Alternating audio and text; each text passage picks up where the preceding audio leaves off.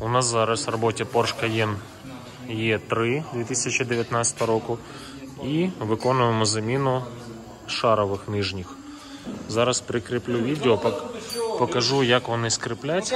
Знаходяться отут. Отут знаходяться.